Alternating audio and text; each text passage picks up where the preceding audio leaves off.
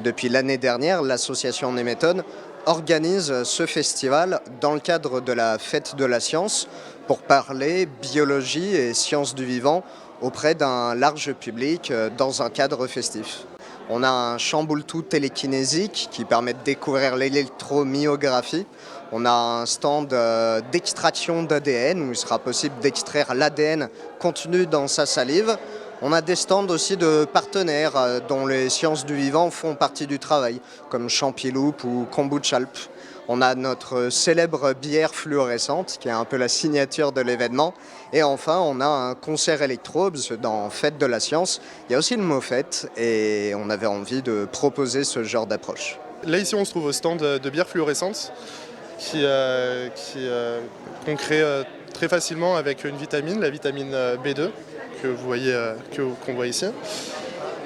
En fait, cette vitamine a une propriété fluorescente lorsqu'elle est dans un bon environnement. Donc ici, vous pouvez le voir, je ne sais pas si on le voit bien, on a une lumière bleue qui permet justement de voir la fluorescence de cette vitamine que l'on met dans la bière. Donc c'est une vitamine qui est totalement incolore et inodore, et qui est très bien gérée par notre corps, complètement naturelle.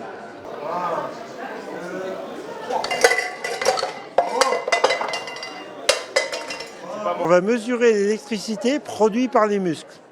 C'est-à-dire quand la personne se contracte ses muscles, on va mesurer cette électricité pour déclencher le champ Bluetooth électronique.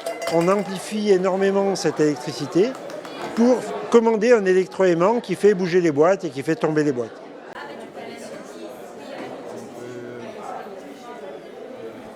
On attire l'attention des participants sur ce qu'on appelle les briques du vivant.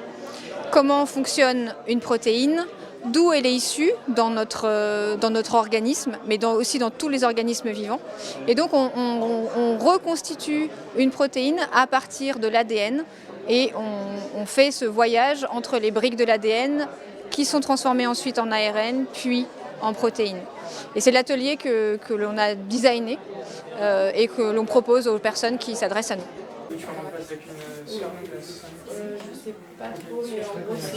Donc l'idée en fait c'est de faire découvrir des alternatives au plastique qui polluent complètement l'environnement, qui ne se biodégradent pas, donc qui polluent nos sols, qui polluent l'air que l'on respire, qui sont mauvais pour la biodiversité et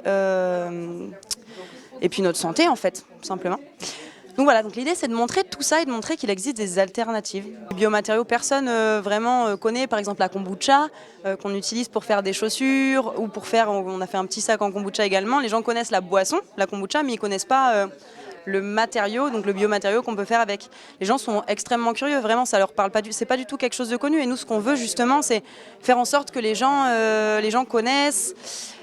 Faire connaître ça au grand public en fait, le montrer tout simplement. Du coup ouais, ils sont très curieux, mais c'est chouette du coup.